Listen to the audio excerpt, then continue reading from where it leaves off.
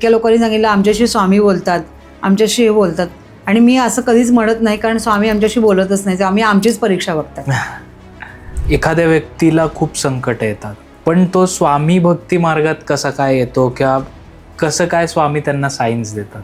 Main स्वामी नेहमीच सांगतात की पहिले प्रापंचिक काम करा आणि मग अध्यात्माकडे वळा. ओके. मी तुला तू तुझी कामं सोडायचीस आणि माझं नामस्मरण करायचं असं महाराजांनी कधीच सांगितलं नाही. जर मला स्वामी कळत नसतील तर मात्र स्वामी लीलामृत मला वाचायला पाहिजे, मला स्वामींच्या कथा ऐकायला पाहिजे. हा बाबा आहे तरी कोण, यांनी काय केलं, आणि लोक एवढं असं का म्हणतात की स्वामी आजही आहेत. मग त्या व्यक्तीला कुठला अनुभव आला की मला स्वामींची ही लीला झाली, मला स्वामींचा दृष्टांत झाला, मला स्वामींनी या संकटातनं वाचवलं. अध्यात्माकडे वळण्यापेक्षा एक गुरु निश्चित करा. कारण खरंच कळत नाही लोकांना की माझा गुरु कोण आहे. गोंदवलेकर महाराज आले होते वयाच्या 8व्या वर्षी स्वामी समर्थ महाराजांकडे की तुम्ही माझे गुरु आहात, आणि महाराजांनी सांगितलं नाही, मी तुझा गुरु नाही, तुला या ठिकाणी जावं लागेल, मी नाहीये. तसं जेव्हा तुम्हाला काहीच कळत नाहीये, अंधारे पूर्ण, तेव्हा श्री स्वामी समर्थ म्हणलं तरी तुमच्या गुरुपर्यंत महाराज नेऊन पोहोचतील. मार्ग सापडू शकतो, गुरु सापडू शकतं, गुरु तत्व सापडू शकतं, शांतता सापडू शकते, आणि तुमच्या आयुष्याच्या ध्येयापर्यंत तुम्ही जाऊन पोहोचू शकता. फक्त हे स्वामी समर्थ महाराजांची बरेच दिवस महाराज म्हणले आता माझ्या ओळखीची म्हणजे माझ्यातली एक बाई येणार आहे, माझा भक्त येणार आहे, तिला ही साडी द्यायची. तुमचा एवढ्या हजारो लोकांमध्ये मी सगळेच भक्त आहेत ना, मग असा स्पेसिफिक कोण बघताय की ज्या 1000 लोकांमध्ये तुम्ही मला शोधायला लावताय, म्हणजे मला पण भयंकर त्रासात टाकतात ते, तर कुठे शोधणार मी. आणि आरती चालू असताना अचानक एका बाईला महाराज म्हणले थांबव तिला. तिला थांबवलं, बाजूला झालं, आरती संपली, आणि म्हणले दे तिला ओटी.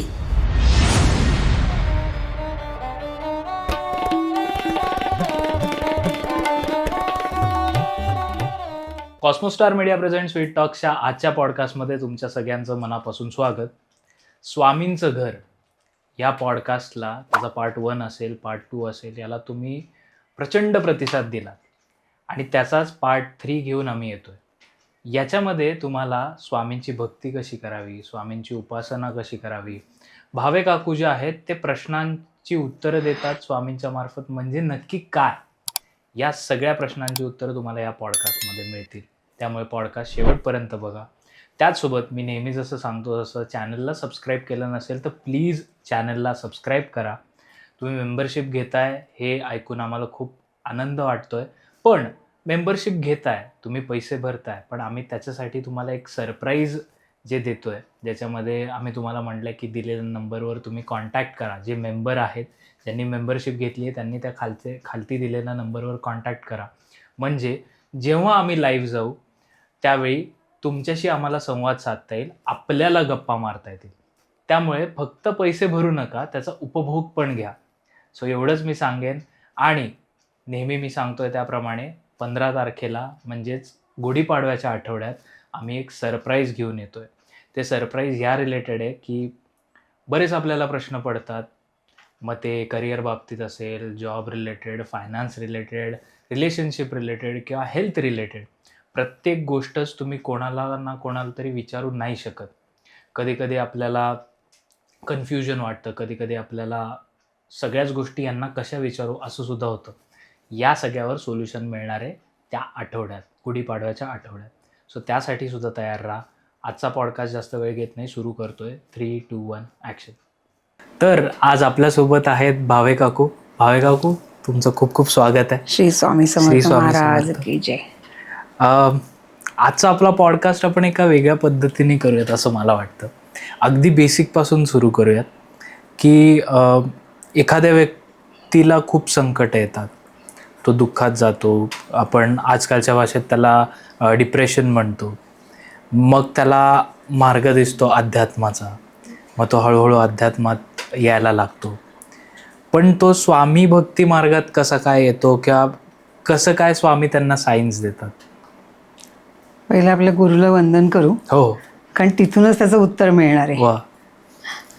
गुरुर्ब्रह्मा गुरुर्विष्णू गुरुर्देव महेश्वरः गुरुर्साक्षात् परब्रह्म तस्मै श्री गुरवे नमः.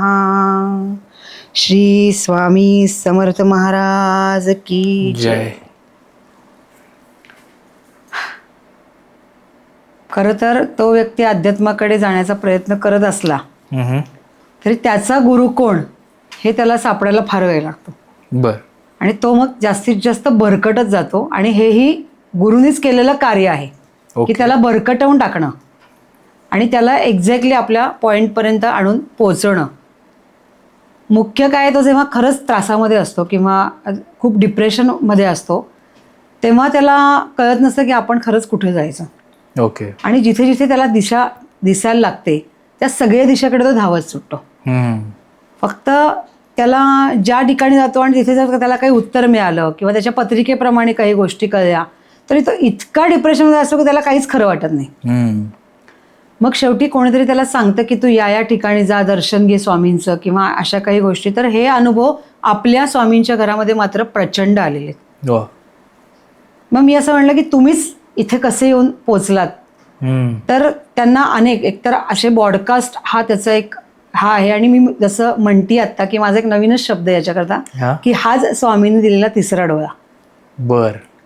की त्याला आता इतक्या ब्रॉडकास्ट इतक्या लोकांचे चालू असतात, अनेक लोक या विषयावर बोलत असतात आणि सगळ्यांचं पटतं. जसं लहानपणी आपल्याला सगळ्यांचं पटतं तसंच सगळ्यांचं बोलणं सगळ्यांना पटतं. पण एक व्यक्ती असा असतो की जो हृदयात जाऊन बसतो. करेक्ट. एक शक्ती अशी असते की जी आपल्या हृदयात जाऊन बसते. आणि काहींचे शब्द असे असतात की जे त्याला मनापासून पटतात आणि ते म्हणतात आता माझं काहीच होत नाही तर मी या ठिकाणी एकदा तरी जाऊन येतो. करेक्ट. आणि म्हणूनच त्या सगळ्यांना खरं आग्रह असतो याच्याकरताच की सगळीकडे जा पण इथे स्वामींना येऊन बघा. वा. आज आपण इथे शूट करतोय आणि महाराज माझ्या घरी वाट बघतायत की बाबा हे आता तेच सगळं बोलवून घेत आहेत, प्रश्नच नाही. पण त्यांच्याकडे बघितल्यावर त्यांच्याकडे अट्रॅक्ट झाल्यानंतर एक वेगळाच त्याला कॉन्फिडन्स येतो जगण्याकरता. आणि आता अशी अनेक उदाहरण महाराजांच्या घरी घडलेली आहेत. तसं त्याला डिप्रेशन नावाचा गोड शब्द वापरला जातो. आणि हे कोण सांगतं, बरेचदा डॉक्टर्स आणि जनरल फॅमिली की जरा आपल्या मुलांचं बोलणं वागणं वेगळं वाटलं रुटीनपेक्षा की या डिप्रेशनमध्ये गेलाय. बरोबर. तर असं नाहीये. त्याला स्वतःला पण काही मत आहेत, त्यालाही काहीतरी सांगायचंय. पण त्याचं सांगणं ऐकायला तुमच्याकडे वेळ आहे का? तर तो वेळ नसल्यामुळे त्याचं ते डिप्रेशन म्हणा किंवा आजकालचं तो काय म्हणतात की मित्रमैत्रिणी होतच नाहीत आजकालच्या काळात. बरं, मित्रमैत्रिणी विश्वास कोणावर ठेवायचा एक नवीन प्रश्न आहे. अगदी बरोबर. तर त्यामुळे त्यांना काहीच कळत नाही की आपल्याला नक्की जायचंय कुठे, आत्ताची दिशा कुठली. चित्र दिसताना इतकं लक्झरी दिसतं पण त्यांना कळत नाही की आपल्याला नक्की काय करायचंय. आणि म्हणून स्वामींनी आपल्या घरामध्ये एक छान नियम केलाय की कोणी कोणाच्या वतीने प्रश्न नाही विचारायचे.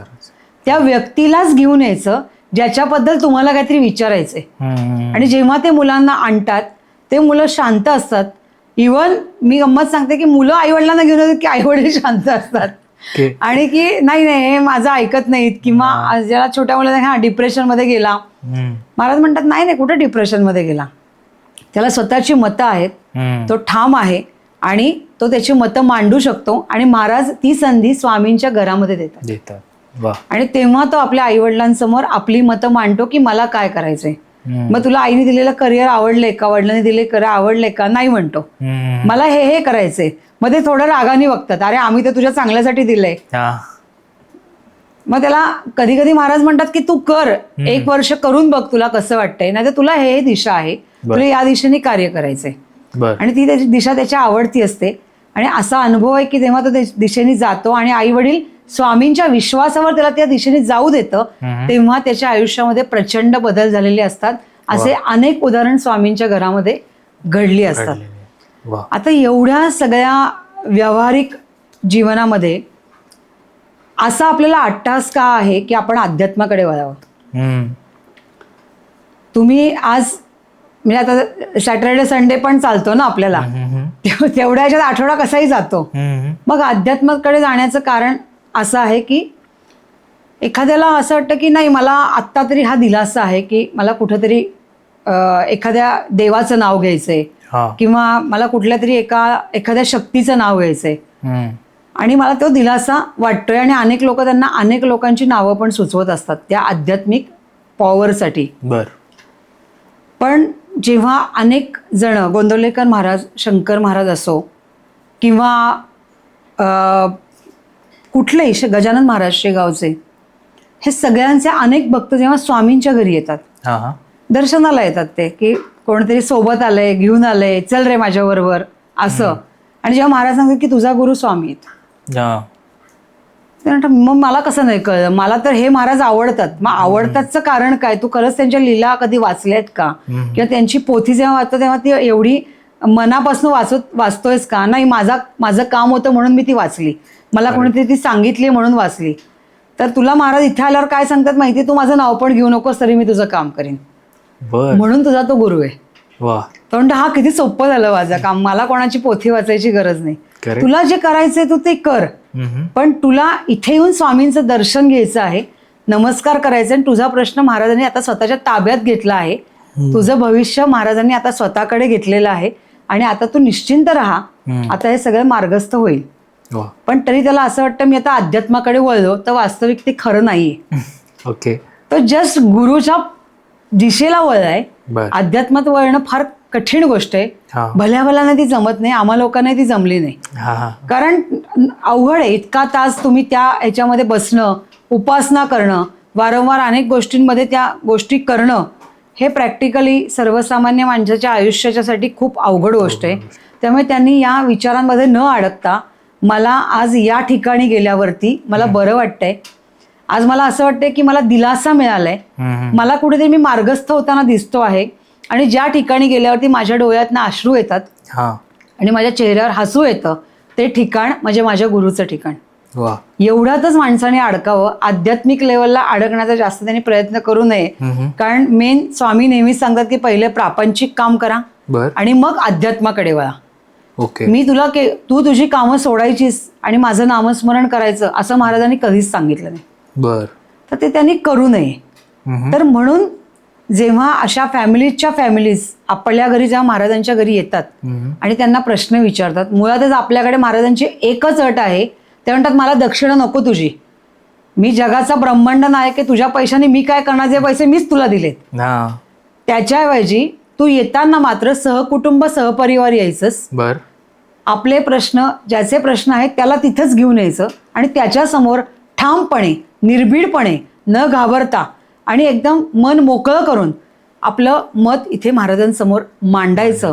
आणि त्याचं उत्तर मी 4 लोकांसमोर, म्हणजे तुझ्या कुटुंबामध्ये ठामपणे देईन की ते उत्तर काय असेल. आणि त्यामध्ये महाराजांचा 1% स्वार्थ नसतो. कारण त्यांना कुठल्याही भक्ताचं वाईट व्हावं असं कधीच वाटणार नाही. आणि त्याचं चांगलं होण्यासाठी महाराज स्वतः अनेक लीला करतात. त्यांनी त्यांना शब्द दिल्यानंतर महाराज त्या शब्द त्यांनी दिलेला शब्द पूर्ण होण्याकरता त्यांची लीला दाखवतात. त्यामुळे जास्त अध्यात्माकडे खूप म्हणजे मला काहीच येत नाही, मला अध्यात्मात मला वाचन नाही, माझी पोथी वाचन नाही. तर ह्याच्यापेक्षा महाराजांच्या कितीतरी छोट्या छोट्या उपासना आहेत आणि या सर्व देवांच्या बाबतीत लागू पडतात. पण स्वामींचं एक आहे की एक तर आजोबा रूपात येते, त्यामुळे एक वेगळाच होर्या आहे त्यांचा, प्रेमाचा. हाक मारलं की आपलं काम होणार याची शाश्वती एक वेगळ्याच पद्धतीची त्यांच्याकडे बघून येते. आणि मी अनेक ज्या 90 वर्षाच्या किंवा 80 वर्षाच्या आजी माझ्याकडे येतात त्या म्हणतात की मला बसता येत नाही, म्हणजे मला बसायला खुर्ची आहे का तुमच्याकडे, हे का. म्हटलं काय सांगता, माझे आजोबा तर 729 वर्षाचे, तर ते तुमची काळजी घेतीलच ना, कारण तू त्यांची नात आली आहेस. मग तिथपासनं 7 वर्षांना आतीपर्यंत सगळ्यांची काळजी महाराज निश्चितपणे घेतात. तीही माणसं अध्यात्माकडे वळू शकत नाही 90व्या वर्षी पण. आणि ते गंमत म्हणून अशा केसेस घेऊन येतात की माझ्या जमिनीचा प्रश्न सुटेल का. कशी जाणार महाराज अध्यात्माकडे लोक. त्यामुळे अध्यात्माकडे जाण्याचा अट्टाहास न करता जे स्वामी, गुरु किंवा तुम्हाला जे अपील होतील त्यांचं फक्त नामस्मरण करणं ही सगळ्यात सोपी आणि उत्तम हा मार्ग आहे आयुष्यातला.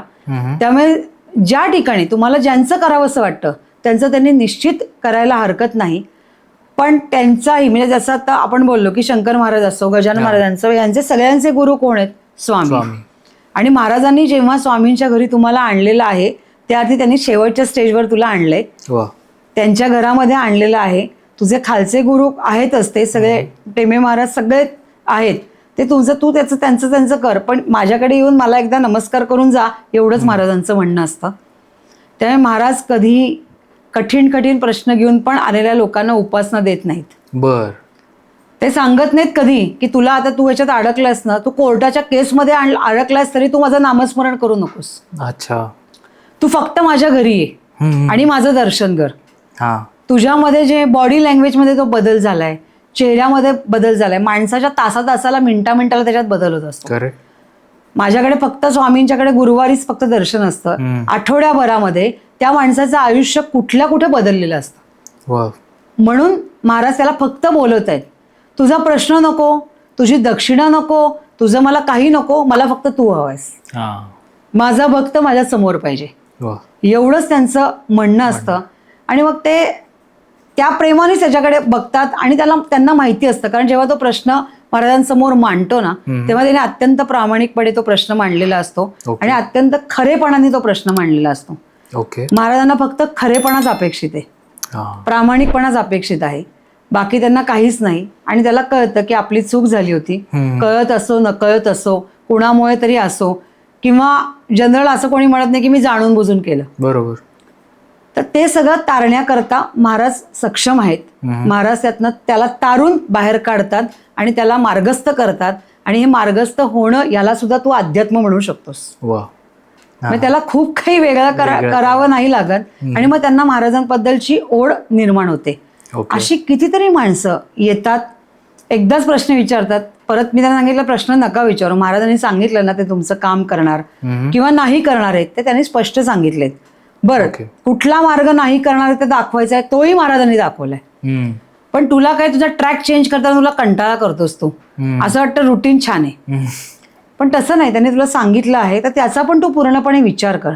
आणि आजकालच्या काळात सगळ्याच पिढीने, म्हणजे लहान मुलांपासून अगदी वयस्कर लोकांनी सुद्धा जे समाजामध्ये जे चालू आहे किंवा बाकीच्या ऑल ओव्हर जगताना ज्या आवश्यक गोष्टी आहेत त्या प्रत्येक गोष्टीचा अभ्यास करणं आज नितांत गरजेचं आहे. म्हणजे तुम्ही अलर्ट राहणं.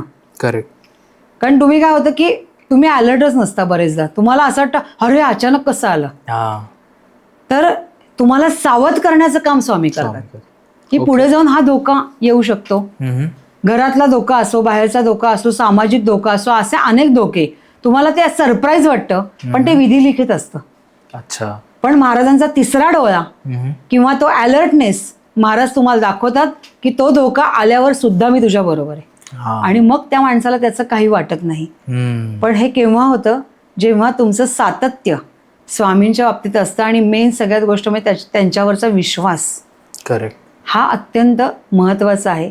त्यामुळे अध्यात्मात खूप काही करण्यापेक्षा ज्यांनी मला बोलवलं तिथे मी विनम्र होणं आणि त्यांचं नामस्मरण करणं. मी गमतीत एखाद्याला म्हणते अरे त्यांचं जाऊ दे, तुझ्या स्वार्थापोटी तरी नामस्मरण कर. कारण तुला कळत नाहीये की ते तुला काय सांगतायत किंवा तुला पुढे काही दिसत नाहीये की पुढंच असं खरंच काही घडणार आहे का, आणि ते तुझ्याशी खोटं बोलण्याचं काही कारण नाही, कारण त्यांचा त्याच्यात काहीच स्वार्थ नाही. बरोबर. त्यामुळे तुला जर त्यांनी काही सांगितलं असेल आणि तुझा विश्वास नसेल तर जसं मी तुला आता म्हणलं की सगळ्या गोष्टींच्या याचा विचार करायला पाहिजे. जर मला स्वामी कळत नसतील तर मात्र स्वामी लीलामृत मला वाचायला पाहिजे, मला स्वामींच्या कथा ऐकायला पाहिजे. हा बाबा आहे तरी कोण, यांनी काय केलं. आणि लोक एवढं असं का म्हणतात की स्वामी आजही आहेत. मग त्या व्यक्तीला कुठला अनुभव आला की त्याला असं वाटतं. आणि अनेक लोक आपले अनेक अनुभव घेऊन फिरत असतात की मला स्वामींची ही लीला झाली, मला स्वामींचा दृष्टांत झाला, मला स्वामींनी या संकटातनं वाचवलं. असा आत्ताचा म्हणजे एक तर स्वामी भक्तांना स्वामी भक्तच भेटतात, त्यात काहीच प्रश्न नाही. पण आजही समाजामध्ये की मी वाचलो बरं का अपघातातनं, कुठली तरी ताकद होती. अरे ताकद कुठली होती, ती ताकद तुला समजली नाही म्हणून तर गंमत आहे, पण ती स्वामी समर्थांची का होती तर ते ब्रह्मांडाचे नायक आहेत, देवांचे देव आहेत, म्हणजे तेच कुठल्या तरी रूपात येऊन तुला ते वाचवून गेले. तर हे जे असतं त्यामुळे अध्यात्म कडे न करता ज्या शक्ती आहे त्याच्यावर विश्वास ठेवणं. कुठली संत असो, महाराज असो, कुठली गोष्ट पहिलं काय आपण अच्छा ते तेव्हा होऊन गेले का हे न करता आजही दिसतात. आज अनेक लोक याचं पूजन करतात, म्हणजे नक्कीच याची काहीतरी एक वेगळी पॉवर आहे. आणि ती पॉवर आहे म्हणूनच आज समाज अनेक ज्याला संकट यायचे त्यांना येतच असतात, कारण ते वेगळ्याच पद्धतीचं त्यांचं सगळं असतं. पूर्वसंचित. पण ज्यांना थोडा तरी विश्वास निर्माण झालाय त्यांचं संकट मात्र स्वामी स्वतःच्या अंगावर घेतात खरं. आणि त्यांना त्यातनं वाचवतात. हम्म. तर ही खूप मोठी पॉवर ही महाराजांच्याकडे येताना अनेक लोक जेव्हा प्रश्न घेऊन येतात तेव्हा जाणवतं की अरे समाजामध्ये प्रचंड कठीण आणि कधी कधी ऐकवत नाही इतके विचित्र प्रश्न असतात हा की अरे काय कसं ऐकणार आहे, असं इतकं भयंकर असतं काहीतरी की.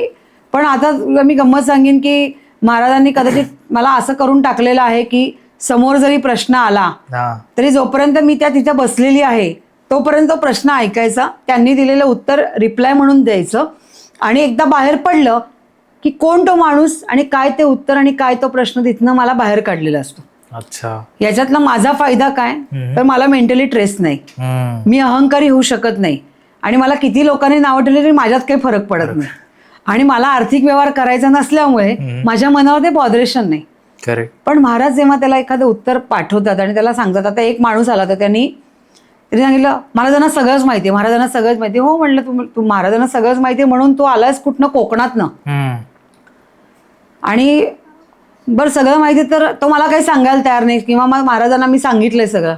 ठीक आहे, महाराजांनी दिलं असेल ना तुम्हाला उत्तर जे द्यायचंय ते, नाही कळलं नाही काय दिलं ते. मग महाराजांनी सांगितलंय तुला, तू मला काही सांगू नकोस, महाराजांनी तुला एवढंच उत्तर दिलंय की ज्या काही चुका तुझ्याकडनं आयुष्यामध्ये घडल्या, जे व्यवहार चुकीच्या पद्धतीने तू लोकांशी केलीस, तू लोकांची फसवणूक केलीस, तर म्हणला मी यांना काहीच सांगितलं नाही, तरी महाराज इतकं ओपनली बोलतायत. तू इतक्या ठिकाणी सगळ्या गोष्टी केल्यास, म्हणजे चुकीचे कायदेही बदलायचा प्रयत्न केला, जिथे तू इतक्या गोष्टी केल्या, बँकेच आहे केल्यास, उद्योग केलेस. आता महाराज तुला सांगतात त्या पापातनं जर मुक्त व्हायचं असेल तर तुला 12 ज्योतिर्लिंगाचं दर्शन घ्यावं लागेल. ओके. 12 ज्योतिर्लिंगाचं दर्शन घेणं ही प्रॅक्टिकली खूप कठीण आहे. जेव्हा तुम्ही या मेंटल प्रोसेसमध्ये असता की उद्या मला अटॅक होईल का परवा मला अटॅक होईल, आणि जेव्हा तो या ह्याच्यावरती गेला त्यांनी तो म्हणला बरं मी करीन, आणि महाराज म्हणले हा काय डॅम्बिसा नाही करणार त्याला नाही जमणार ते करायला. आणि तो गेला आणि त्यांनी दुसऱ्या दिवशी त्याच्या बायकोचा मेसेज आला की ताई माझ्या नवऱ्याला महाराजांनी खूपच कठीण परीक्षा दिली आहे, हे कसं करणार आहेत ते.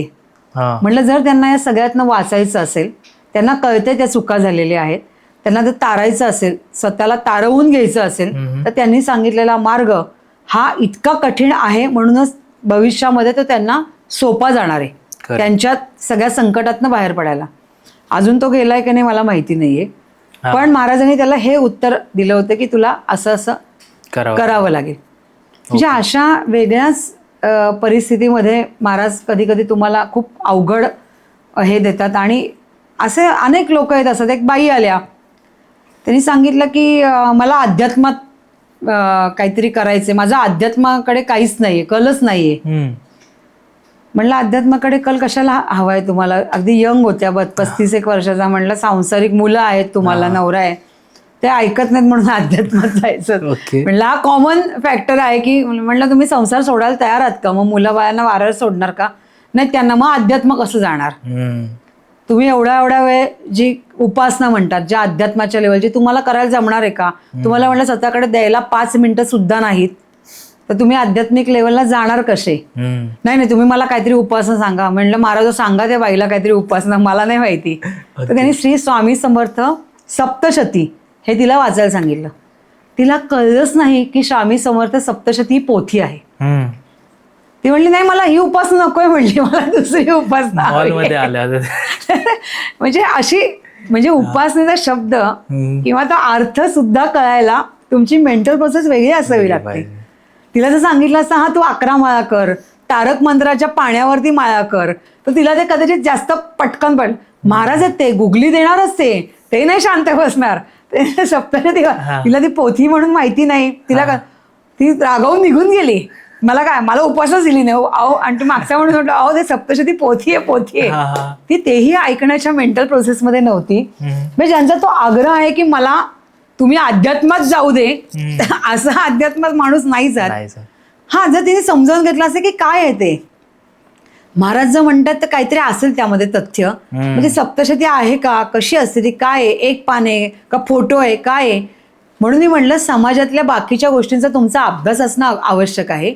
जेव्हा तुम्ही एखादा 8 तास करता, मी तिला पोथी दाखवली असती, अगं ही छान आहे, ही 700 ओव्यांची पोथी आहे, तू एक अध्याय रोज वाचला तरी 70 ओव्यांचा अध्याय आहे, हा खूप छान आहे. आणि त्याची ग्वाही दिलेली अनेकदा की सप्तशती वाचल्याने लोकांची कामं झालेली आहेत, मन शांत झालेलं आहे. किंवा आनंदनाथ महाराजांचं गुरुस्थवन वाचल्यानंतर तुमचं मन शांत होतं. 1 महिना 13 दिवस वाचा, ही उपासना आहे. बरं, ही कोणाला सांगावी? ज्याला कळेल त्यालाच सांगावी. तुम्ही सगळ्यांना नाही हे सांगू शकत. तर नंतर लोक त्याचा पण एक बॉदरेशन घेतात मनावरती. त्यामुळे महाराज सोपं करून सांगतात. त्यांना माहिती असतं की आपल्या भक्ताची बुद्धी काय लेवलची आहे, त्यामुळे त्याप्रमाणेच महाराज त्या गोष्टींचं उत्तर देत असतात. म्हणून सगळ्यांनाच माझी अशी एक खास विनंती आहे की अध्यात्माकडे वळण्यापेक्षा एक गुरु निश्चित करा.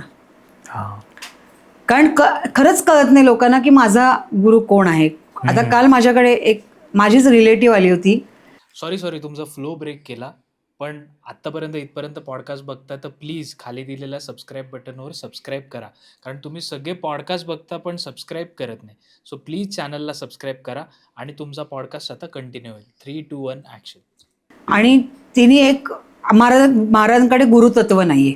ते कोणाला असं हे म्हणा म्हणजे तुम्ही माझे शिष्य झालात आणि मी तुमचा गुरु झालो असं महाराज कुठेच म्हणत नाही. ते डायरेक्ट सांगतात, मैं किसी का गुरु नाही, कोई मेरा शिष्य नाही. ते कोणाचं बॉदरेशन घेत नाही, कोणाला आपलं देत नाही. तर तिने सांगितलं माझे अमके गुरु जे आहेत, एक गुरु आहेत, त्यांचं आम्ही ते घेऊन आलो, त्यांनी आम्हाला उपासना सांगितली. म्हटलं तू त्यांची का घेतलीस म्हणजे उपासना? नाही, माझ्या सासू सासरे करत होते, मी केलं. मग तुझा खरंच गुरु तो आहे का? तर नाहीये, तुझे गुरु ते नाहीयेत. तू त्यांना बरं वाटावं म्हणून तू त्यांचं ऐकून घेतलंस.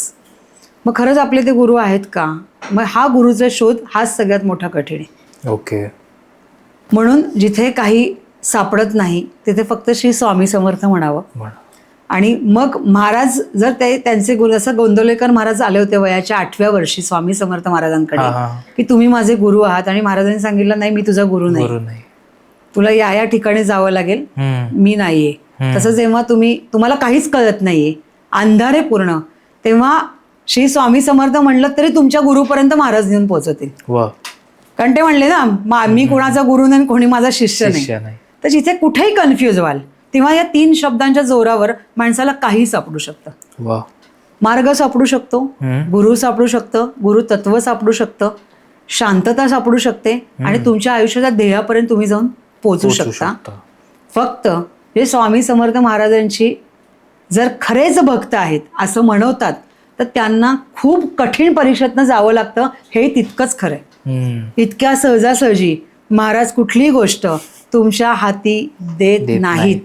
खूपच म्हणजे कधी कधी अहो काय स्वामी काय लावलंय ते, एवढा त्रास होतोय, काय करताय, बरं रोज समोर दिसतात तरी ते काम होत नाही. ते म्हणतात नाही, ती वेळ नाही आली ना, वेळ आली की मी करणार, मला माहिती आहे ना तुझी सेवा दिसतीये, तुमच्या सगळ्या गोष्टी दिसत आहेत, पण ती वेळ नाही आली. आणि महाराजांचं तेही वाक्य कायम आहे, जोपर्यंत तुझी वेळ येत नाही तोपर्यंत तुझ्या हाती काही लागणार नाही. महाराज असं का म्हणतात त्याच्याही मागे कारण महत्वाचं आहे की महाराजांना त्या भक्तापासून लांब जायचं नाही आणि त्या भक्ताला आपल्यापासून लांब करायचं नाही. आणि जेव्हा त्या मधल्या संकटाच्या काळामध्ये जेव्हा तुम्ही स्वामींचा हात सोडत नाही तेव्हा तुमचं आणि स्वामींचं नातं दृढ होतं. आणि असं म्हणतात की एकदा महाराजांनी छप्पर फाडा तर सगळं मिळेल. पण तो पेशन्स खूप नितांत गरजेचा आहे. म्हणून अध्यात्म किंवा हे खूप मोठे शब्द आहेत, हे आपल्या लोकांच्या खूप पल्याड आहेत. त्यामुळे अगदी साधारण सोपं करावं, अगदी सहजगत्या कळेल असं करावं, आणि खरंच किती वेळ एखाद्या कार्याला द्यावं हे पण आपण निश्चित करायला पाहिजे.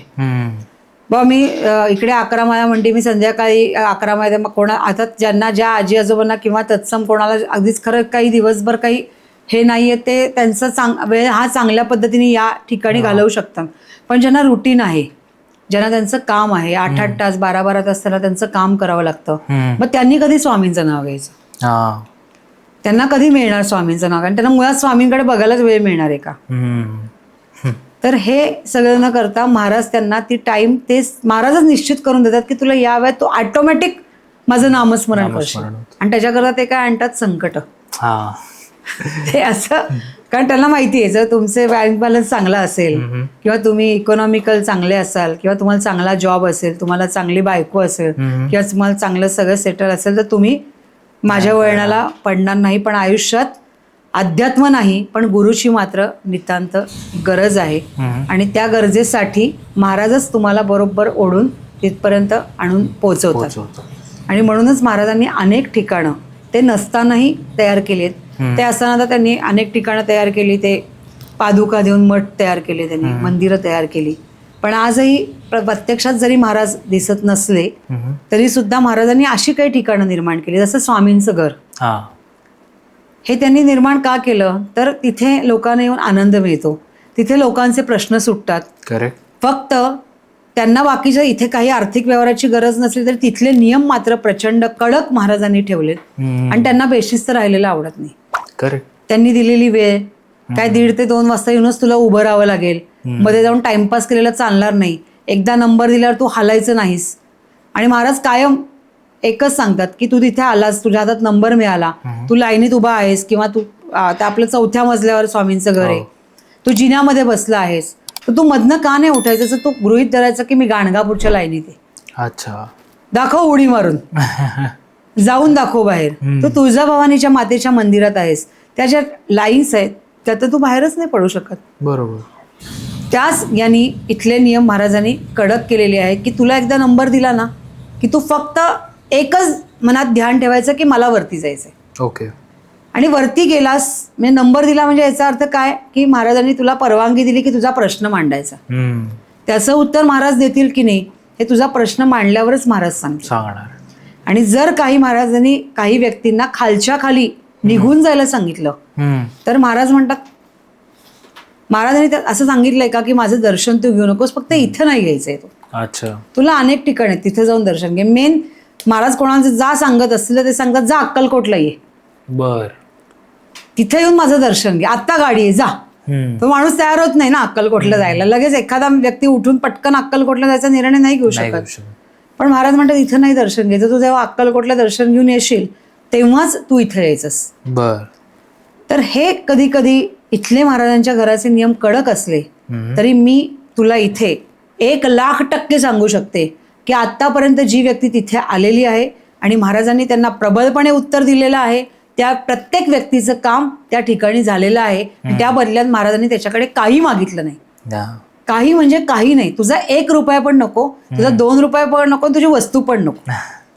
त्याला द्यायचं असेल, समजा महाराजांना त्याच्याकडनं काही करवून घ्यायचं असेल तर महाराज त्या व्यक्तीला स्वतःहून आणतात, करवून घेतात आणि तो माणूस गुडूप होतो. अच्छा.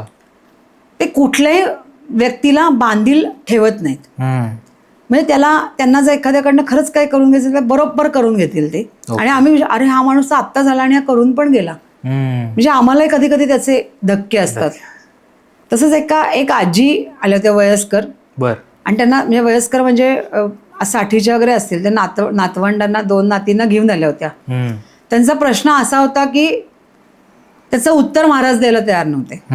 ते म्हणले ये अक्कलकोटला ये, तुझं उत्तर मी देईन. तर त्या दर गुरुवारी येतात, दर्शन करतात, सगळं करतात. आता एकदा ते उत्तर दिल्यावर माझ्या लक्षात नाही की ते उत्तर महाराजांनी त्यांना काय दिलं. आणि खूप दिवस झाले त्या येतात, त्या नातवंड येतात आणि हे मला ते आत्ता कळलं या गुरुवारी वगैरे असं की अरे असं त्यांना महाराजांनी सांगितलं तो अक्कलकोटला ये.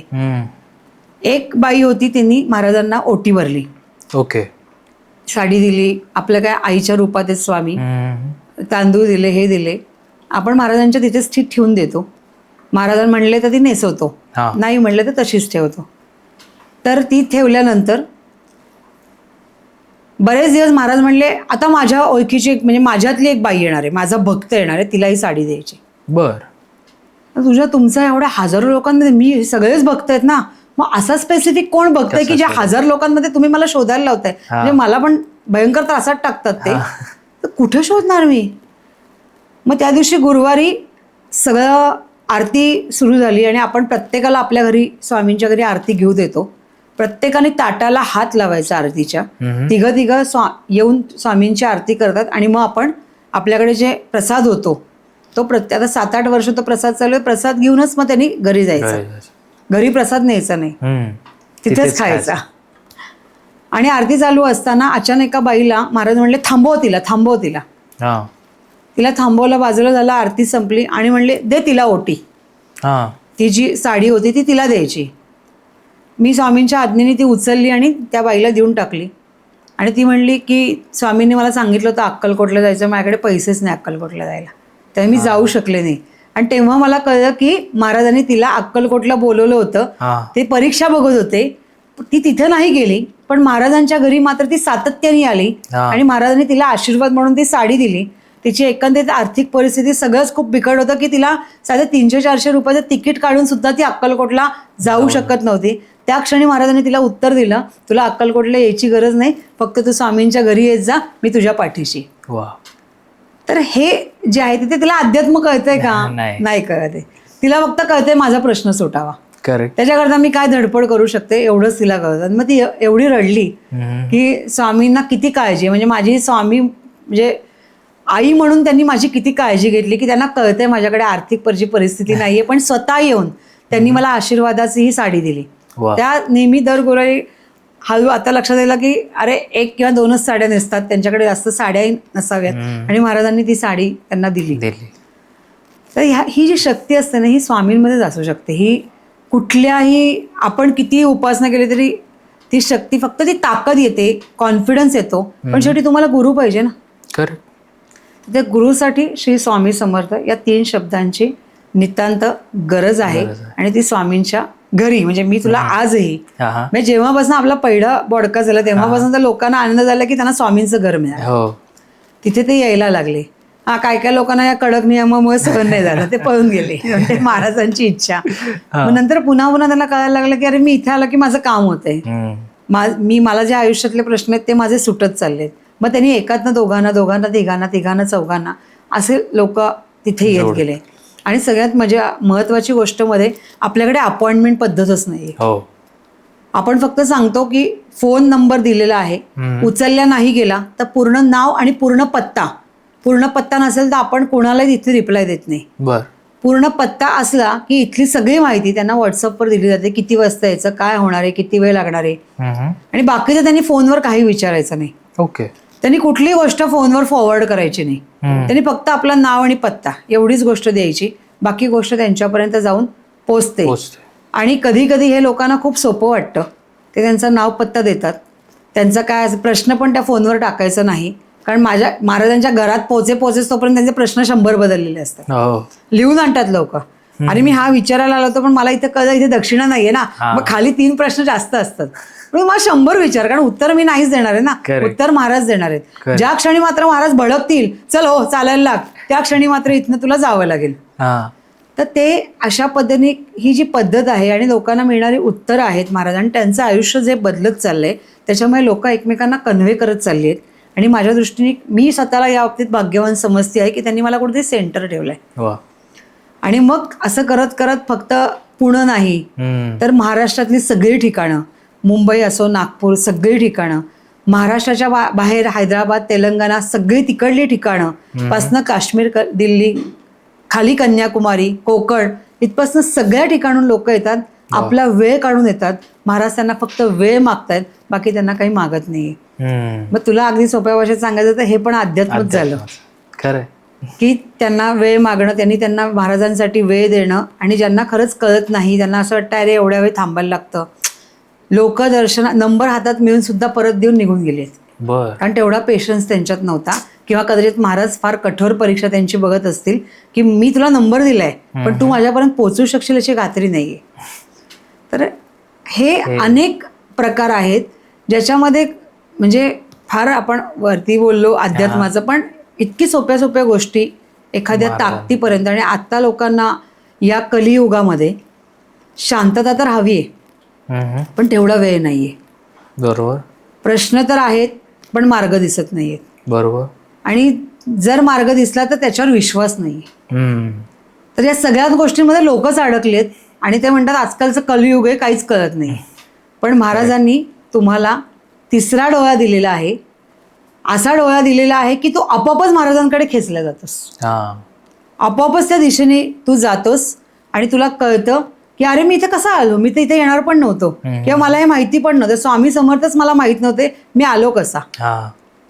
आता एक जण असा झाला त्याला स्वामी समर्थ माहिती नाही, पण काहीतरी निमित्ताने तो एकांच्या ओळखीतनं आला.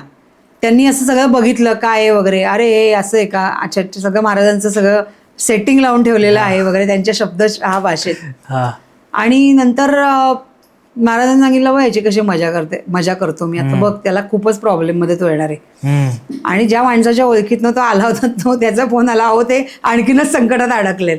म्हणलं ते महाराजांकडे तू इथे आलास ना, तुला नसेल नमस्कार करता, महाराज काही म्हणत नाही तुला नमस्कार कर, त्यांचा तोही आग्रह नाही, पण तू त्यांच्याकडे जर किंतु परंतु बघायला आलास तर महाराज तुला त्या क्षणी सोडत नाहीत. कारण महाराजांची ती लीला पूर्वी होती आणि आजही ती लीला आहे की महाराज आपल्या भक्तांच्या प्रत्येक गोष्टी मनातल्या ओळखतात आणि त्यांना त्याचं बरोबर प्रत्युत्तर देतात.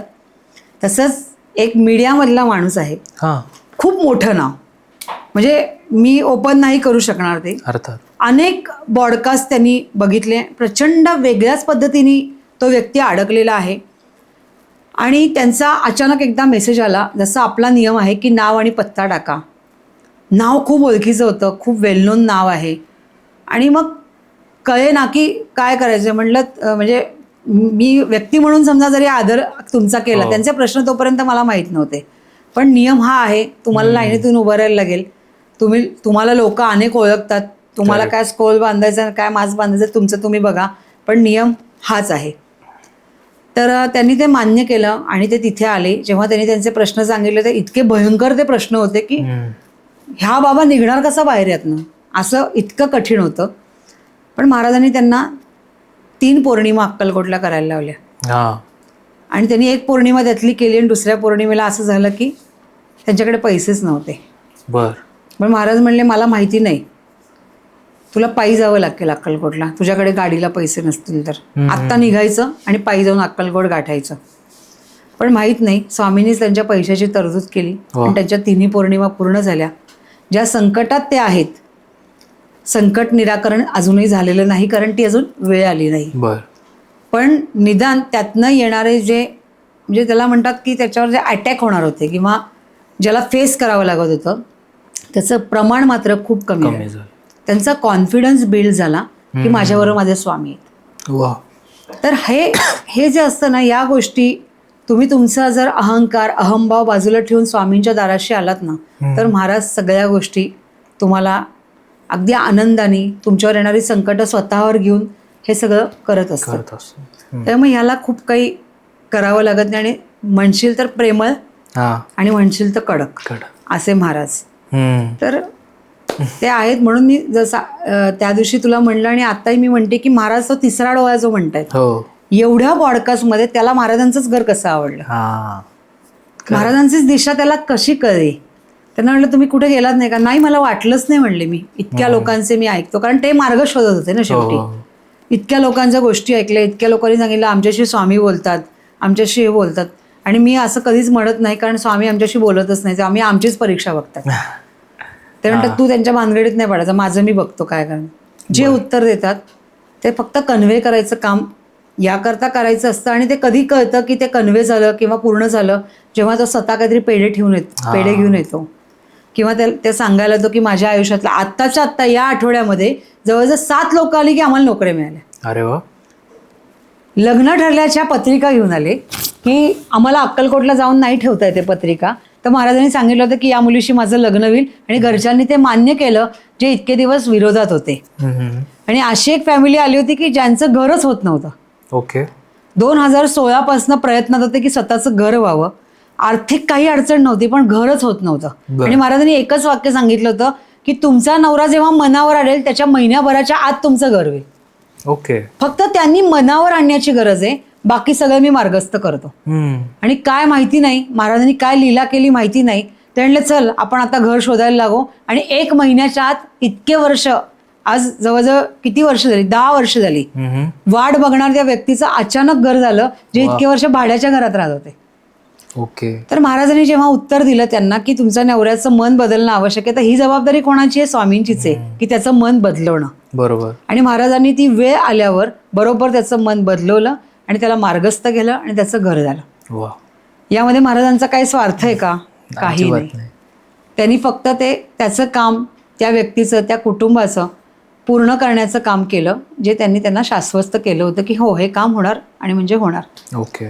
म्हणून मला माझ्या ठिकाणी जिथे मी राहते, ज्या स्वामींच्या सानिध्यात राहण्याचा योग माझ्या आयुष्यात आला आहे, किंवा ज्याला म्हणते आम्ही त्यांच्या छत्रछायेखाली आहोत आणि महाराज ज्या घरामध्ये लीला करतायत, असं म्हणतात की महाराज त्या घरात प्रत्यक्षात जिवंत अवस्थेत आहे, असं ज्यांनी मूर्ती आणपण केल्यापासनं, ज्यांनी आज आपल्या पादुकांना 7 वर्ष तिथे झाली, स्वामी ज्या ठिकाणी स्वतःहून आले, तर ते जे स्थान आहे, तर मी प्रत्येकाला हेच सांगेन, जर तुमचं कुठेही काम होत नसेल, तुम्हाला दिशाच काही सापडत नाही, तर स्वामींचं घर हे असं ठिकाण आहे की तुम्ही निदान निर्धास्तपणे स्वामींशी येऊन ही गोष्ट बोलू शकता, त्यांना सांगू शकता. आणि अगदीच त्यांनी नाही उत्तर दिलं तर मी महाराजांना सांगू शकते की महाराज याला उत्तर द्या. निदान थोडंसं प्रेमाचं नातं स्वामींशी आहे, पण त्याचा प्रामाणिकपणे तेवढाच असला पाहिजे, तरच महाराज त्याला उत्तर देतात आणि त्याला मार्गस्थ करतात. त्यामुळे मी सगळ्यांना सांगते की तुम्ही पण फार अट्टहासात जाऊ नका. जसं स्वामींनी काही कारणाने अनेक गोष्टी आमच्याही बंद केल्या की नको पोथी वाचूस सुद्धा, बरं नको अभिषेक करूस, काही अडचण नाहीये, पण इतरांना अभिषेक करायला शिकव. ओके. तुला कळलंय ना अभिषेक म्हणजे काय, त्याचं येणारं फलित कळलंय ना, आता इतरांना ते कळू देत, इतरांना त्याच्या मार्गी लागू दे. आणि त्या अभिषेकातनं जो आनंद मिळतो, कारण अभिषेक आपल्याकडे सध्या अभिषेक चालू आहेत, ते अभिषेक केल्यानंतर सगळे म्हणतात आम्हाला खूप बरं वाटलं. अरे वा. आम्हाला नुसत्या वरच्या आवरणाला नाही, तर अनेक ठिकाणी तू बघशील तर सगळीकडे एका डब्यामध्ये पादुका ठेवलेल्या असतात, कोणी त्याला स्पर्श करू देत नाही. आपल्या स्वामींच्या घरामध्ये पादुका उघड्यावर असतात, तिथे प्रत्येक जण येऊन स्पर्श करू शकतो. मग तो कुठल्याही कारणाने आजारी असला तरी त्याला स्पर्श करू शकतो. त्याला तो बाबा हा अमका पेशंट आहे तमका तसं काही नाही. कारण स्वामी ज्याला स्पर्श करून हात टेकवायला देतात त्याला बरोबर देतात, ज्याला नाही ऑन द स्पॉट तिथनं हाकलून देतात. सॉरी तुमचा फ्लो ब्रेक केला, पण आत्तापर्यंत इथपर्यंत पॉडकास्ट बघता तर प्लीज खाली दिलेल्या सबस्क्राईब बटनवर सबस्क्राईब करा, कारण तुम्ही सगळे पॉडकास्ट बघता पण सबस्क्राईब करत नाही. सो प्लीज चॅनलला सबस्क्राईब करा आणि तुमचा पॉडकास्ट आता कंटिन्यू होईल. 3, 2, 1 ॲक्शन. ते सर्वस्वी आपण स्वामींवर सोडतो, पण त्या अभिषेक, त्या पादुकांचा मूळ खडावांचं दर्शन जे वटवृक्षापासून तयार झालेलं आहे, त्याला आपण अत्तर आणि अभिषेक त्यांना करू देतो. आणि हे जे सगळं होतं त्याच्यामुळे माणसाला खूप मोठा दिलासा मिळतो की मी काहीतरी चांगलं केलंय, आणि ती जी पॉझिटिव्हिटी आहे त्याला तो एक वेळा अध्यात्म म्हणू शकतोस. म्हणजे सोपं होईल ते काम, की मग खूप लांब जावं लागणार नाही, कारण तेवढा तास त्यांनी स्वामींसाठी दिलाय, तो वेळ त्यांनी दिलाय, अभिषेकाचा आनंद झालाय आणि या गोष्टी त्याच्या परिपूर्ण झालेल्या आहेत. त्यामुळे कुठेही जास्त अट्टहास न करता श्री स्वामी समर्थ हाक मारावी. दत्त संप्रदायातला असल्यामुळे तिन्ही देवांची रूपं त्यांच्यामध्ये आहेत. जो जग चालवतो, जो जगाचा इतिहास लिहितो आणि जो पुढे सरकवतो, सगळेजण एकामध्ये आहेत. बरोबर. जे तिघही एकाच सामावलेले आहेत, तिथे जाऊन जर विलीन झालं तर सगळ्यात चांगली गोष्ट आहे. दत्त महाराजांचं म्हणशील तर खूप कडक आहे, ते सगळंच खूप नियमांनी आणि ह्यांनी करायला लागतं, पण स्वामींचं मात्र खूप प्रेमाने आणि साधेपणाने केलं तरी महाराजांना ती गोष्ट मान्य आहे, ती तुमच्यापर्यंत येऊन पोचते. म्हणून मी आता तुला सगळ्यांनाच आग्रहाने सांगेन की खरंच ज्यांना काहीच दिसत नाहीये, ज्यांना काहीच कळत नाहीये, ज्यांच्याकडे खरंच पैसे नाहीयेत आणि त्यांना कळत नाही की मी एवढ्या कुठे कुठे दक्षिणा देऊन मी काय काय करू, तर त्यांनी स्वामींच्या घरी येऊन एकदा दर्शन तर घ्यावं. नक्की. त्यांनी येऊन स्वामींना एखादा प्रश्न तरी विचारावा. बाकीचं काय करायचं ते स्वामी ठरवतील, पण जर अशी जागा उपलब्ध आहे तर निश्चितच प्रत्येकाने तिथे येऊन आपली गोष्ट त्यांना सांगायला काहीच हरकत नाही. आणि महाराजांनी जो प्रसाद तिथे जो आशीर्वाद म्हणून करायला लावलाय, खिचडी आहे, आमटी भात आहे, जे काही आहे तो करून तो खाऊन त्याला जो आनंद मिळतो, किंवा त्याला आम्ही असं अनेकदा म्हणतो की प्रसाद म्हणजे एक प्रकारचं औषध आहे, तर ते तुम्ही खा आणि थोडंसं रिलॅक्स व्हा. जरा तो जो असं म्हणतो ना की थोडं कुठेतरी गेलं की माणसाचं मन पण डायव्हर्ट होतं, आणि इथे तर डायव्हर्ट होतच होतं, पण तुम्हाला प्रॉफिट पण खूप होतं. ते जर होत असेल तर आपण तिथे जायला काहीच हरकत नाही. मध्ये माझी खूप कपॅसिटी कमी होती की लोक असं म्हणायची की अरे खरं आहे का खोटं आहे किंवा काय असं काही, पण मला म्हणलं तू त्याची काळजी का करतेस, तुला मी सांगितलेलं तू काम करायचंस. करेक्ट. तुझं काम काय आहे की लोकांना सांगायचं जाऊन की असं असं एक ठिकाणी तुम्ही या, दर्शन घ्या आणि तुमचं जे काय म्हणणं आहे ते माझ्यासमोर मांडा. एवढंच त्यांना करायला सांगायचं. बर. एवढं काम जरी केलं तरी आत्ता जे दिशाहीन मंडळी आहेत त्यांना एक मार्ग मिळेल. बर. आणि एकदा त्यांना मार्ग मिळाला की त्या मार्गाच्या लाईनवर न्यायचं काम हे पुढे मी करेन. बर. आणि महाराजांनी पहिल्यापासून सांगितलंय की माझ्या विचारांचा आणि म्हणजे तुम्ही भक्त माझे गोळा करा. महाराजांनी सांगितलं की तुम्ही माझ्या लीला लोकांना सांगा किंवा त्यांना या भक्ती मार्गात आणा किंवा त्यांना गुरु कळत नसेल तर त्यांना इकडे आणा. आणि एकदा त्यांनी स्वीकारलं की हे श्री स्वामी समर्थ आहेत तर आपोआपच गुरु म्हणून कसं करायचं ते माझं मी बघून घेईन.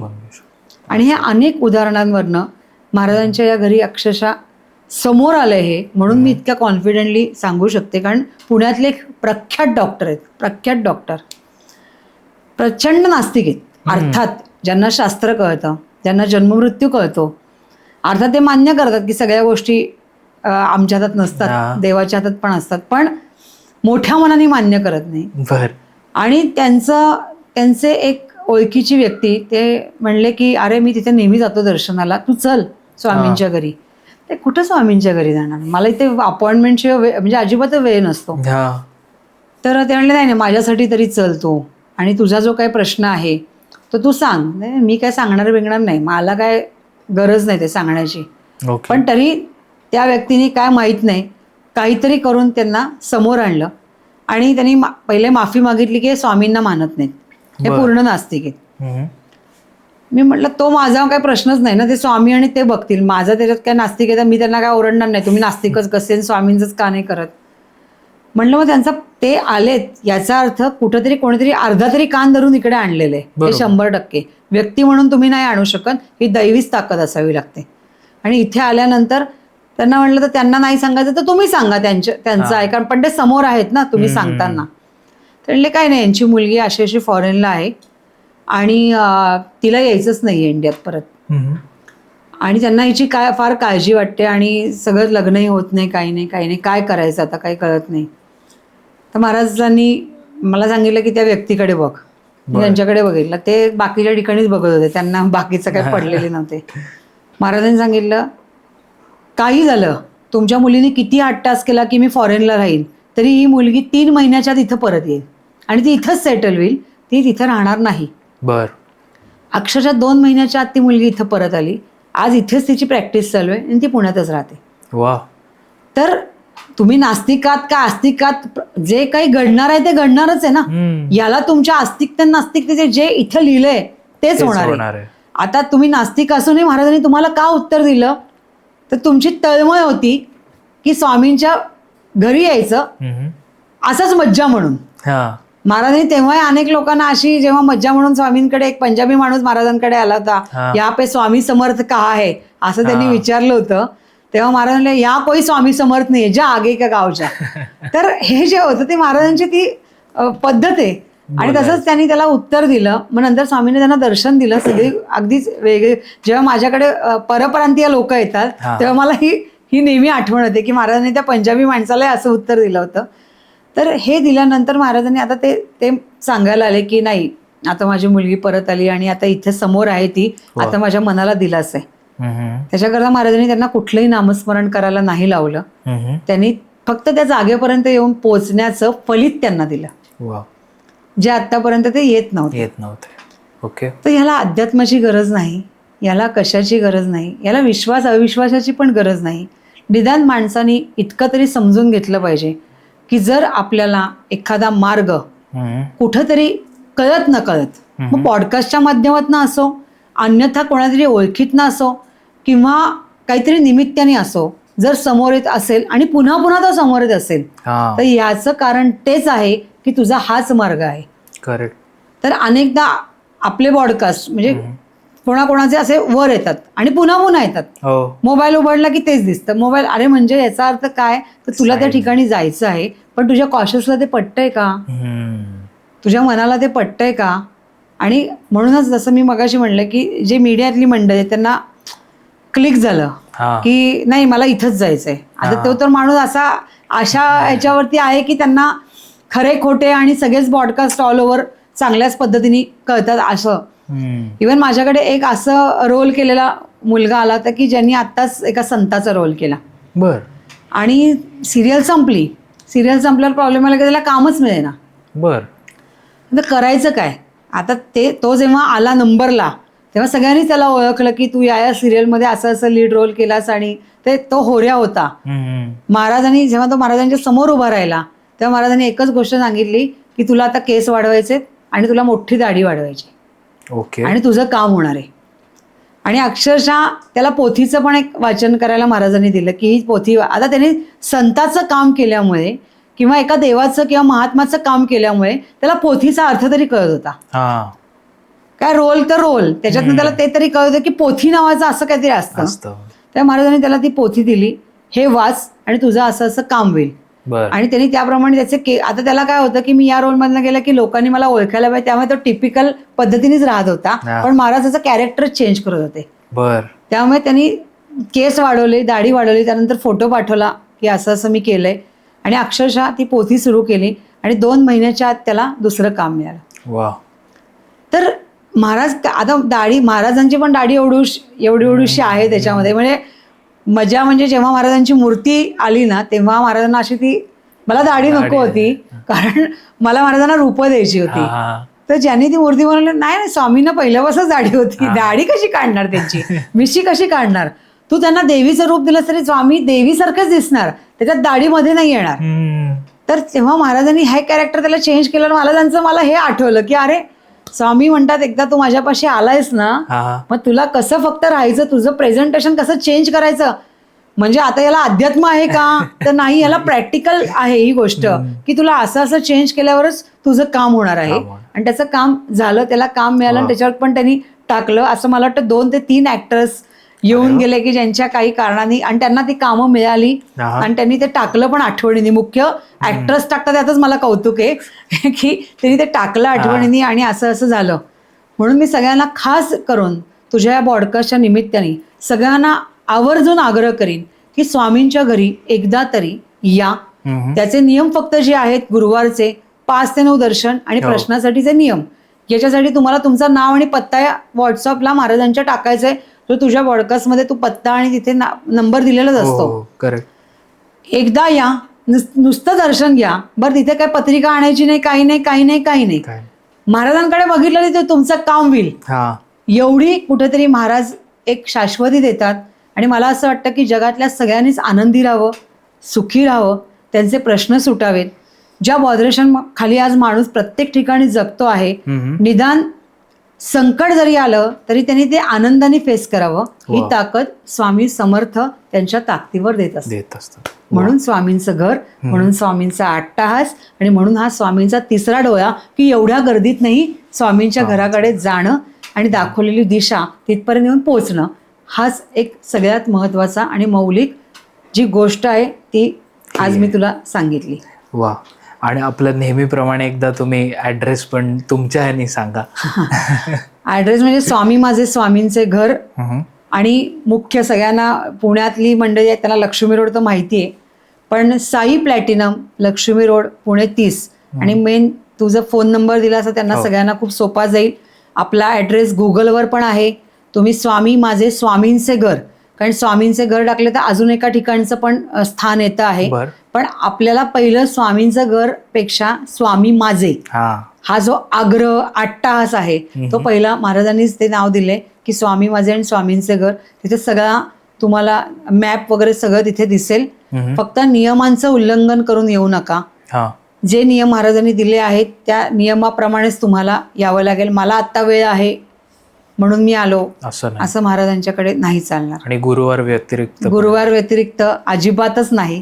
गुरुवार दर्शनाची वेळ 5 ते 9 आहे आणि जे प्रश्नाचे आहे ते 1:30 ते 2 वाजता दुपारी लोक येऊन लाईनीत उभं राहतात. आणि म्हणजे मी माझ्या पद्धतीने महाराजांना विनंती करून जेवढे नंबर देणं शक्य असतं तेवढं मी देत असते. तुम्ही मध्ये तुमचे पेशन्स जाऊन जर तुम्ही नंबर परत दिलात तर त्याला मी खरंच काही करू शकत नाही. बरोबर. पण मी तुमच्यासाठी जोपर्यंत स्वामी मला सांगतायत तोपर्यंत मी बसून असते. आणि या मधल्या काळात पहिल्या नंबरच्या प्रश्नापासून शेवटच्या नंबरच्या प्रश्नापर्यंत मी तुमच्या सगळ्यांसाठी महाराजांना ग्वाही गाराणं घालण्यासाठी पाण्याचा एक थेंबही पित नाही. ही तुमच्यासाठी मी केलेली उपासना आहे. तर मला म्हणून असं वाटतं की तुमचे प्रश्न म्हणजेच जणू काही माझ्या घरातले प्रश्न ते माझ्याच घरातल्या स्वामींसमोर म्हणजे तुमच्याच स्वामींसमोर तुम्ही मांडावे आणि तुम्ही निर्धास्त व्हावा. आणि हे सगळं विनामूल्य. पैशाचा व्यवहार नाही, अपॉइंटमेंट सिस्टीम नाही, कुठलंही ऍडव्हान्स बुकिंग नाही. त्यामुळे तुम्ही त्या बाबतीत निर्धास्त राहा. कारण पैसे आले की वेगळ्याच दिशेला ते सगळं सरकतं. महाराज जे उत्तर देतील ते मान्य करा. कारण काय त्याला पर्याय नाहीये, ते तुम्हाला मान्यच करावं लागेल. आणि दुसरं सगळ्यात महत्वाचं की तेच प्रश्न घेऊन परत येऊ नका. कारण याचा अर्थ काय तर तुम्ही स्वामींवर विश्वास ठेवला नाहीत किंवा तुमच्यातला पेशन्स कमी आहे. तर ते न करता जर तोच प्रश्न पुढेही तसाच राहत असेल तर याचा अर्थ तुमचं स्वामींच्या कडे दर्शनाला येण्याचं हे जे प्रमाण आहे कमी झालंय. म्हणून तो प्रश्न तिथेच थांबलाय. पण महाराजांना मागे लागलं, महाराजांना आग्रह केला, महाराजांना विनंती केली आणि महाराजांना प्रेमाने हाक मारलं की स्वामी आजोबा माझं एक काम करा. तर महाराज 1,00,000% ते काम करतात. आणि स्वामी आजोबा हे नामस्मरण तर सगळ्यात छान आहे. श्री स्वामी समर्थ हे अवघड वाटतं, जड वाटतं, पण स्वामी आजोबा माझं हे काम करा. आणि अशा स्वामी आजोबा या प्रेमाच्या हाकेवर महाराजांनी अनेक लोकांची कामं केली आहेत. डब्बा लोकांना पण सीए केलंय. तर सीए झाली कशी तिचं पुढचं बघितल्यावरती फक्त उपासना काय होती, स्वामी आजोबा माझं काम करा, मला सीए करा. आणि महाराजांनी ते सीए केलं. तिला नोकरी लागली, ती फॉरेनलाही गेली. म्हणजे हे जे आहे ना, ही ओढ आहे ना, ही या 2 शब्दांमध्ये पण खूप प्रबलतेने आहे. त्यामुळे खूप इतकं केलं की महाराज पावतात किंवा प्रसन्न होतात असं नाहीये. म्हणजे खूप लोकांचं हे असतं की इतके वेळा नामस्मरण केलं मी, इतके वेळा मी रोज माळा करतो, मी इतके वेळा तारक मंत्राच्या पाण्यावरती जप करतो. तर हे महाराजांना खरंच नको आहे. महाराजांना फक्त तुमची एक हाक हवी. ती एकदा आली की महाराजांना तुमच्या सगळ्या उपासना कळतायत, पण तुम्ही वेळेच्या गणितावर त्या करतायत आणि महाराजांना तेच नकोय. महाराजांना त्या सगळ्यात 24 तासामधला एक क्षण तुमचा त्यांना फक्त हवाय, जो ते वाट बघतायत की तुम्ही मला त्या क्षणाला कधी हाक मारताय आणि तुम्ही वेगळ्याच दिशेला पळताय. तर ते तसं होऊ नये. प्रेमाने एकदा हाक मारा आणि महाराज कसं काम करतात ते बघा. आणि स्वामींचे आशीर्वाद सगळ्यांच्या पाठीशी राहू ही तर माझी प्रबल इच्छाच असते, प्रश्नच नाही. अनेक लोक जे मोहात अडकलेत महाराज त्या मोहात नाही त्यांना बाहेर काढतात. याच्याकरता काढतात की तू उगाच इथे अडकू नकोस, तुला काय हवंय ते मी देतो. तुला जे हवंय ते मी तुझ्यापर्यंत आणून पोहोचवतो. हे काम माझं जेव्हा तू माझ्यापर्यंत येशील. लोक येतात, त्यांच्या हे करतात. आणि आपल्याकडे पण अनेकदा महाराजांच्या उपासना त्यांना सांगितल्या जातात जे खरंच खूप क्रिटिकल पोझिशनमध्ये असतात. तर महाराजांनी सांगितलं तर त्या उपासना त्यांना सांगितलेल्या आहेत. इव्हन आत्ता माझ्याकडे एक मुलगी आहे, तिथे गेले 6 महिने तिचे वडील हरवलेत. ते घरातनं निघून गेलेत. गावातच फिरतात, पुणे सिटीमध्ये आहेत ते. पण कोणालाच दिसत नाही, ते सापडत नाहीयेत. म्हणून तिला आता स्वामींच्या घरामध्ये एक उपासना दिली आहे. पण महाराजांनी तिला शाश्वती दिली आहे की ते एकदा परत येणार आहेत घरी. पण आता त्यांच्या पायाला जे फिरण्याचं हे झालंय तर ते परत बाहेर जातील. पण येऊन जातील घरी एवढं. आणि या दिलास्यावर ती मुलगी एकदम जी टेन्शन मध्ये होती ती फ्री झाली. आणि ते काय काय खातायत आणि काय नाही हे सुद्धा महाराजांनी तिला सांगितलं. त्यामुळे तू रिलॅक्स राहा, ते परत येणार आहेत, ते व्यवस्थित आहेत, त्यांना काही झालेलं नाही. पण ती ज्या विश्वासाने येते की माझे वडील परत येतील, हा विश्वास पण खूप मोठा झाला. आणि महाराज तेच करायला लावतात, बाकी काही करायला सांगत नाही. त्याचसोबत तुम्ही पादुका सुद्धा तुम्ही हे करता, सो त्याविषयी थोडक्यात आम्हाला. आता सध्या महाराजांनी कोणाच्याही घरी सध्या पादुका नेऊ नका असं सांगितलंय.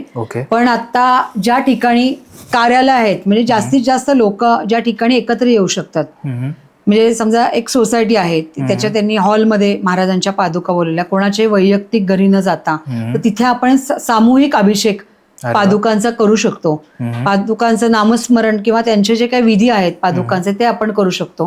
तर सध्या आता घरी अभिषेक चालू आहेत. आता 2-3 कार्यालयामध्ये पादुका जातील, तिकडे आपल्याच घरी 2-2, 3-3 हजार लोक असतात. तर त्या कार्यालयामध्ये पण अनेक लोक येऊन तिथे दर्शन घेतात आणि महाराजांशी जुळले जातात. आणि सगळं गुरुतत्व म्हटलं की पहिल्या आल्या पादुका, तिथूनच सुरुवात होते आपल्या गुरुकडे बघण्याची. गुरुच्या डोळ्यात पहिलं बघायचं नसतं, त्याच्या चरणाकडे पहिलं बघायचं असतं. आणि म्हणून या पादुकांचा अभिषेक, पादुकांवरचं जे काही विधी आहेत ते जर केले तर आपल्याला खूप बरंही वाटतं, आपला कॉन्फिडन्स वाढतो आणि गुरुपर्यंत जाण्याचा हा सोपा मार्ग आहे. वा. तर भावे काकू, तुम्ही आलात पॉडकास्टवर, आपण एवढं लास्ट मिनिट पॉडकास्ट केला, त्याबद्दल तुमचे खूप खूप आभार. महाराजांनी मला इथे यायला परवानगी दिली याच्याकरता महाराजांचे आभार. कारण तिथनं इथे यायचं तर हेही रचनाच बहुतेक स्वामींचीच काहीतरी असेल ऍक्च्युली. तर मी स्वामींच्या घरी सगळ्यांना आग्रहाचं निमंत्रण करते, या, तुमचं घर आहे, महाराज तुम्हाला बोलवत आहेत, निश्चित या आणि तुमचे काय असतील विषय ते महाराजांसोबत आपण नक्की मांडूया. नक्कीच. आणि मी डिस्क्रिप्शनमध्ये सगळे डिटेल्स दिलेले आहेत. प्लस काकूंनी आता जसं सांगितलंय की वेगवेगळ्या ठिकाणी पादुका जाणार आहेत. सो पुण्यामध्ये जर असेल किंवा इतरही ठिकाणी असेल त्याचे पण डिटेल्स मी वेळोवेळी देत जाईन आपल्या चॅनलमार्फत.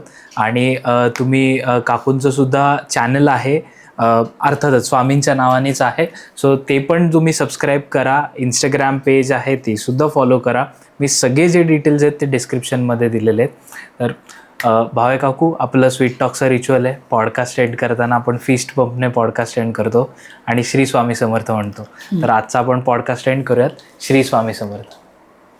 श्री स्वामी समर्थ महाराज की जय.